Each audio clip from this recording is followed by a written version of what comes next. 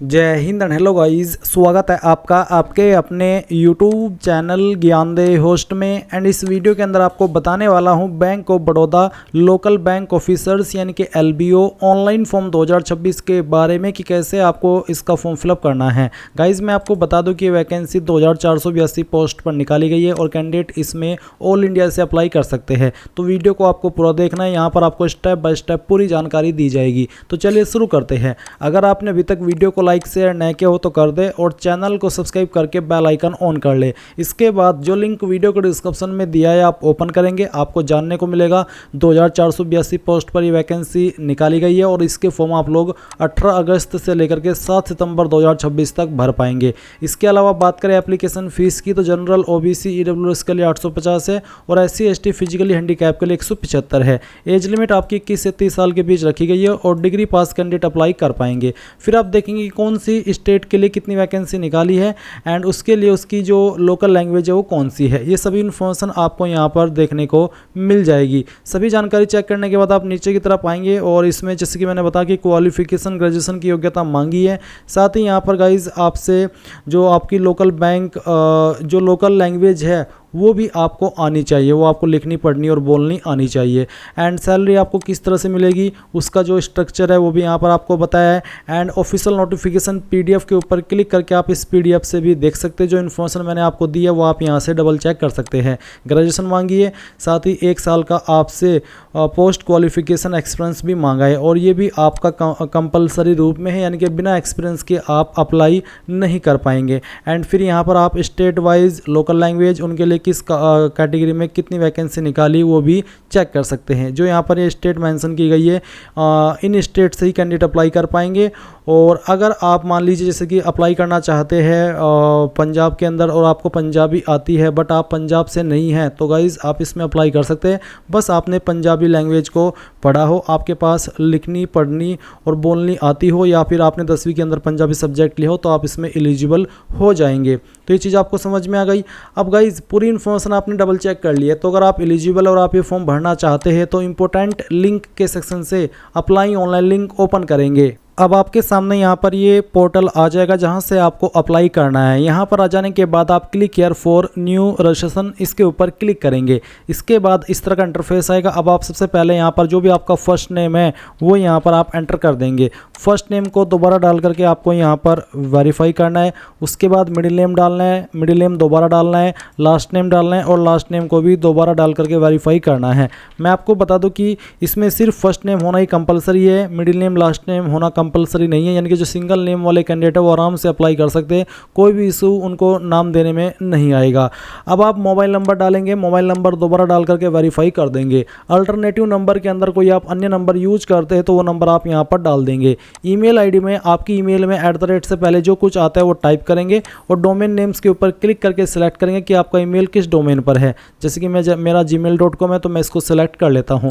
Confirm email ID के अंदर complete email ID आपको डालनी है, कोई डोमेन नेम सिलेक्ट करने की आवश्यकता नहीं है। फिर ये सिक्योरिटी कोड डालेंगे और उसके बाद सेव एंड नेक्स्ट के ऊपर क्लिक करेंगे। अब आपके सामने OTP वेरिफिकेशन का पेज आएगा तो पहले आप नंबर और उसके बाद ईमेल वेरीफाई करेंगे। तो क्या करेंगे, तो पहले तो ये जो सिक्योरिटी कोड दिया है आपके डिस्प्ले के ऊपर वो सिक्योरिटी कोड आप यहाँ पर डालेंगे और डालने के बाद सेंड OTP करेंगे। आपके नंबर के ऊपर एक OTP सेंड किया जाएगा, वो आप यहाँ पर डाल करके वेरीफाई कर देना। उसके बाद आप सेम तरीके से ये सिक्योरिटी कोड डालेंगे, सेंड OTP करेंगे ईमेल के लिए और फिर वो OTP वेरीफाई कर देंगे। जैसे ही आप OTP वेरिफिकेशन कर लेंगे तो नेक्स्ट के ऊपर क्लिक करने के बाद आपके सामने इस तरह का इंटरफेस आ जाएगा। अब आपको यहाँ पर फोटो गाइडलाइंस देख लेनी है कि इनवैलिड एग्जाम्पल क्या है और वैलिड एग्जाम्पल क्या है। इस तरह का फोटो एक्सेप्ट किया जाएगा जो यहाँ पर आपको दिया है।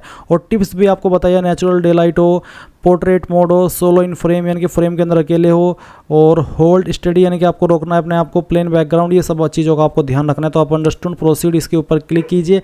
अब पहले तो जो आपका फोटो डिवाइस के अंदर अवेलेबल है वो फोटो आपको अपलोड करना है। उसके बाद आप इस फाइल को सिलेक्ट करेंगे। जैसे ही आप सिलेक्ट करेंगे फाइल अपलोड हो जाएगी, फिर यहाँ पर टिक कर देंगे।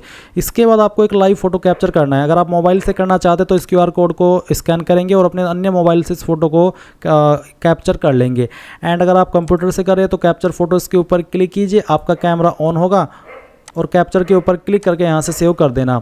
इसके बाद आपका लाइव फोटो आएगा, यहाँ पर टिक करेंगे और इसके बाद में आपको यहाँ पर नीचे की तरफ आना है और अपना जो सिग्नेचर है वो भी अपलोड करना है। सिग्नेचर का साइज़ 10 से 20 KB के बीच में रहना चाहिए। तो जहाँ पर फाइल है सिलेक्ट कीजिए, ओपन कीजिए, आपकी फाइल यहाँ पर आ जाएगी। फिर इसको टिक कीजिए एंड देन नेक्स्ट के ऊपर क्लिक कर दीजिए। अब आपके सामने आएगी फॉर्म की बेसिक डिटेल। तो आपसे पूछा है state you want to apply for, इन स्टेट में से कौन सी स्टेट के लिए आप अप्लाई करना चाहते हैं। तो इन्हीं स्टेट के कैंडिडेट यहाँ पर अप्लाई करेंगे। और साथ ही साथ जैसे मैंने आपको बताया था कि अगर आपको अन्य स्टेट में अप्लाई करना भी है तो गाइज आपके पास उस स्टेट की जो लोकल लैंग्वेज है वो लिखनी पढ़नी और बोलनी आनी चाहिए और साथ ही उसका प्रूफ भी हो आपके पास। तो चलिए यहाँ पर कोई भी एक स्टेट आपको सेलेक्ट कर लेनी है जिसमें भी आपको अप्लाई करना है, उसकी लोकल लैंग्वेज को सिलेक्ट कर लेना है। फिर पूछा कि क्या जो स्टेट की लोकल लैंग्वेज यहाँ पर ऑप्शन में है क्या वो आपको लिखनी पढ़नी बोलनी और समझनी आती है, तो आप यहाँ पर यस कर दीजिए। फिर पूछा कि क्या ये जो लोकल लैंग्वेज है आपकी, इसके पास आपका कोई प्रूफ है सर्टिफिकेट के रूप में, यानी कि क्या आपने इसको 10वीं के अंदर या 12वीं के अंदर या फिर हायर क्वालिफिकेशन के अंदर पढ़ा है। तो जैसे कि मेरे पास मान लीजिए 10वीं के अंदर पंजाबी सब्जेक्ट था, तो मैं यहाँ पर यस कर देता हूँ कि हाँ 10वीं में पंजाबी सब्जेक्ट था, इस तरह से। फिर कास्ट कैटेगरी आपकी क्या है, जनरल, OBC, SC ST जो भी है वो आप सिलेक्ट कर लेंगे। उसके बाद यहाँ पर आपको अपनी कैटेगरी को दोबारा सेलेक्ट करके वेरीफाई करना है। फिर पूछा है कि क्या विकलांग और आपकी विकलांगता 40% या उससे ज़्यादा है, अगर है तो यस, नहीं तो आप यहाँ पर नो कर देंगे। फिर एक और सवाल है विकलांगता से जुड़ा हुआ है, are you a person with specified disability covered, इसमें भी आपको नो कर देना है। ये बेसिकली है कि क्या आप विकलांग है और आपको लिखने में प्रॉब्लम है, उसके लिए आपको एक अलग से बंदा चाहिए जिसको स्क्राइब कहते हैं। अगर आप ऐसे कैंडिडेट हैं तो यस करना, और अगर आप बिल्कुल ठीक ठाक है ऊपर वाले की क्रम से तो आप नो कर देंगे। फिर नीचे आएंगे, इसमें पूछा कि क्या आप एक्स सर्विसमैन है तो यस, नहीं तो आपको नो करना है। इसके बाद रिलीजन आपको अपना सेलेक्ट कर लेना है, जो भी रिलीजन है। फिर पूछा कि क्या रिलीजियस माइनॉरिटी कम्युनिटी यानी कि जो अल्पसंख्यक समुदाय होते हैं उनसे आप बिलोंग करते हैं, अगर हाँ तो यस, नहीं तो आप नो करेंगे। नेशनलिटी में आप इंडियन सेलेक्ट कर लेंगे। नीचे आपको पूछा कि क्या आप करंटली सर्व कर रहे हैं बैंक ऑफ बड़ौदा के अंदर, यानी कि जॉब कर रहे हैं बैंक ऑफ बड़ौदा में, अगर हाँ तो यस, नहीं तो आप नो करेंगे। इसके बाद आपसे पूछा है कि क्या आप एक एक्स एम्प्लॉई है बैंक ऑफ बड़ौदा के, है तो यस, नहीं तो आपको नो करना है। इसके बाद आपसे स्टेट पूछा कि कौन सी स्टेट के अंदर आप अपना एग्जाम सेंटर रखना चाहते हैं, वो स्टेट आप सिलेक्ट कर लेंगे। और फिर किस सिटी के अंदर रखना चाहते हैं वो सिटी भी आपको यहाँ पर सिलेक्ट कर लेनी है। इसके बाद नीचे की तरफ पर्सनल डिटेल आपको भरनी है, तो पहले डे सेलेक्ट करेंगे, फिर आपका मंथ सेलेक्ट करेंगे और उसके बाद जो भी ईयर है आपका बर्थ का वो भी आप सेलेक्ट कर लेंगे। फिर अपना आप जेंडर सेलेक्ट करेंगे। जेंडर सेलेक्ट करने के बाद में यहाँ पर आपसे पूछा कि क्या आप जुड़वा भाई बहन है, इसका आंसर करना है, अगर है तो यस, नहीं तो आप नो कर देंगे। फिर आपका मैरिटल स्टेटस बताएंगे, मैरिड अनमैरिड जो भी है वो आप यहाँ पर सेलेक्ट कर लेंगे। अगर आप मैरिड है तो आपको स्पाउस नेम के अंदर आपके पति या पत्नी का नाम देना होगा। फिर उसके बाद जो भी आपका फादर नेम है वो आप यहाँ पर एंटर कर देंगे। आपकी माताजी का नाम आपको यहाँ पर डाल देना है और उसके बाद आपका जो एड्रेस है वो आप यहाँ पर भरेंगे। क्योंकि मैं फॉर्म डेमो के लिए भर रहा हूँ तो मैं यहाँ पर इस तरह से डेमो लिख देता हूँ। आप आपका रियल एड्रेस यहाँ पर इस तरह से भर देंगे। उसके बाद आप देखेंगे डिस्ट्रिक्ट, तो जो भी आपकी डिस्ट्रिक्ट है वो डिस्ट्रिक्ट का नाम आपको यहाँ पर खुद से टाइप करना है। स्टेट यहाँ से अपनी सेलेक्ट कर लेनी है और उसके बाद में आपका जो पिन कोड है वो भी आपको यहाँ पर डाल देना है। अब अगर आपका कोरस्पोंडेंस एड्रेस यानी कि प्रेजेंट एड्रेस और परमानेंट एड्रेस सेम है तो आप यहाँ पर टिक कर देंगे, अगर अलग है तो अनटिक करके अलग से भर देंगे। फिर किस एड्रेस के ऊपर आप अपनी एप्लीकेशन फीस किस लिए भेजना चाहते हो वो आप सिलेक्ट कर लीजिए। इसके बाद आप यहाँ पर सेव एंड नेक्स्ट इसके ऊपर क्लिक करेंगे। एंड देन गाइज आपको क्वालिफिकेशन की जानकारी देनी है, तो ग्रेजुएशन सेलेक्ट करके आप यहाँ पर बताएंगे कि आपकी ग्रेजुएशन इनमें से किस स्ट्रीम सब्जेक्ट में है। अगर इनमें है तो यहाँ से सेलेक्ट कर ले, नहीं तो अदर्स के ऊपर क्लिक करके खुद से अपने सब्जेक्ट स्ट्रीम का नाम आप यहाँ पर डाल दे। इसके बाद आप यहाँ पर देखेंगे डेट ऑफ पासिंग यानी कि किस डेट में आपने इस क्वालिफिकेशन को पास कर लिया था वो आपको यहाँ पर सिलेक्ट कर लेना है और किस महीने के अंदर और किस डेट के अंदर। इसके बाद परसेंटेज आपकी कितनी है वो आप यहाँ पर डाल देंगे। अगर आपके नंबर CGPA के अंदर है तो आप उनको परसेंटेज में कन्वर्ट करके यहाँ पर फिल कर देंगे। क्लास ग्रेड आपकी क्या है वो आपको सिलेक्ट कर लेना है। अगर आपके पास पोस्ट ग्रेजुएशन डिग्री है तो उसकी जानकारी भी सेम तरीके से भर दीजिए। कोई प्रोफेशनल क्वालिफिकेशन है तो उसकी इन्फॉर्मेशन भी, एंड कोई सर्टिफिकेट है तो वो भी आप यहाँ पर बता सकते हैं। जैसे कि सर्टिफिकेशन में IC38 from insurance institute of India NISM, तो अगर आपके पास है आप उसकी इन्फॉर्मेशन इस तरह से भरेंगे। जैसे कि यहाँ पर आपको बताना है कि कौन सी डेट में आपने इस सर्टिफिकेट को पास कर लेता, वो भी आप यहाँ पर इस तरह से बता देंगे। एंड परसेंटेज आपकी क्या आती है वो यहाँ पर डाल देंगे, आपकी क्लास क्या आती है वो सेलेक्ट कर लेंगे। अब नीचे यहाँ पर आप आएंगे और देखेंगे इसमें आपसे 1 ईयर का एक्सपीरियंस भी मांगा है। तो do you have 1 year of post qualification experience as an officer in scheduled commercial bank as listed in second scheduled of Reserve Bank of India only. तो अगर आपके पास है आप यस करिए। यस करने के बाद में आपको बताना है कि क्या आप करंटली काम कर रहे हैं, अगर हाँ तो यस, नहीं तो आप नो कर देंगे। उसके बाद आपको यहाँ पर शेड्यूल्ड कमर्शियल बैंक सेलेक्ट करके नेम ऑफ द एम्प्लॉयर, यानी कि कौन से बैंक के अंदर आपने काम किया है उस बैंक का नाम आपको यहाँ पर लिखना है। मैं डेमो के लिए लिख करके दिखा रहा हूँ, आप आपके रियल बैंक का नाम डालेंगे जहाँ से आपने एक्सपीरियंस प्राप्त किया है। कौन सी पोस्ट पर आकर के आपने एक्सपीरियंस प्राप्त किया है वो पोस्ट यहाँ पर लिख देंगे, और किस डेट में आपने एक्सपीरियंस सेलेक्ट ज्वाइन किया था। एक्सपीरियंस से मेरा मतलब है कि कौन सी डेट में आपने जॉब ज्वाइन की थी, वो डेट आपको यहाँ पर सिलेक्ट कर लेनी है, और कब तक आपने काम किया है वो भी आपको यहाँ पर इस तरह से बता देना है। उसके बाद नेचर ऑफ ड्यूटीज़, किस तरह का आप काम करते थे वो आप यहाँ पर लिख देंगे थोड़ा शॉर्ट में। क्यों आपने जॉब छोड़ी उसका भी कोई छोटा मोटा रीज़न अपनी मर्ज़ी से आप यहाँ पर लिख देना। तो मैं यहाँ पर आपको ये डेमो के लिए लिख करके दिखा रहा हूँ।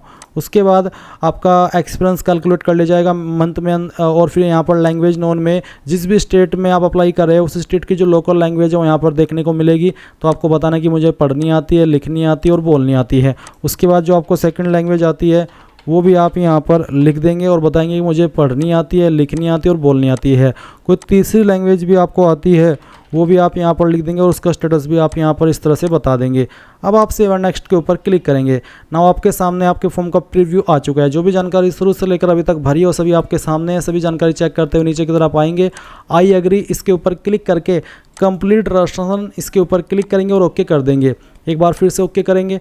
अब आपको यहाँ पर इसमें ये डॉक्यूमेंट भी अपलोड करने हैं। एक तो है आपका लेफ्ट थंब इंप्रेशन यानी कि बाएं अंगूठे का निशान, और इसके लिए आपको चूज फाइल उसके ऊपर क्लिक करना है, और जहाँ पर आपका थंब इंप्रेशन है वो फाइल आपको सिलेक्ट करनी है, ओपन करना है। आपका थंब इंप्रेशन आएगा, इसको ओके कर देंगे। फिर हैंड रिटन डिक्लेरेशन अपलोड करना है। इसमें क्या लिखना है वो जान लीजिए। ये जो लिंक मैंने आपको वीडियो को डिस्क्रिप्शन में दिया हुआ है आप ओपन कर लेना, और फिर इसमें आपको एक हेडिंग मिलेगी। ये जो यहाँ पर लाइन लिखी गई है ये एज इट इज़ आपको कोरे कागज़ पर लिखनी है, और नेम ऑफ द कैंडिडेट की जगह पर बस अपना नाम लिखना है, और फिर उस फाइल को स्कैन करके यहाँ पर अपलोड करना है। साइज़ आपका 100 KB से कम रहना चाहिए, नहीं तो अपलोड नहीं हो पाएगा। तो फाइल सेलेक्ट कीजिए अपने हैंड रिटन डिक्लेरेशन की, और यहाँ से ओके कर दीजिए। इसके बाद रिज्यूमे आपको अपलोड करना है PDF के फॉर्मेट में।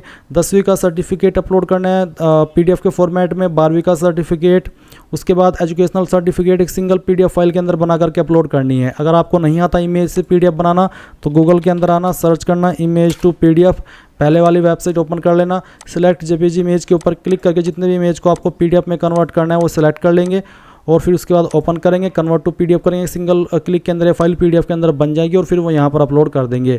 वर्क एक्सपीरियंस सर्टिफिकेट अपलोड करेंगे। अगर आप SC ST OBC है तो कास्ट कैटेगरी सर्टिफिकेट अपलोड कर देंगे, और फिर सिक्योरिटी कोड डाल करके सेव एंड नेक्स्ट के ऊपर क्लिक करेंगे। अब आप यहाँ पर इस तरह का पेमेंट देखेंगे। इसमें आपको क्या करना है, ये सिक्योरिटी कोड डाल देना है, और सिक्योरिटी कोड डालने के बाद में आप यहाँ पर सबमिट इसके ऊपर क्लिक करेंगे। आपको पेमेंट के पेज पर ट्रांसफ़र किया जाएगा।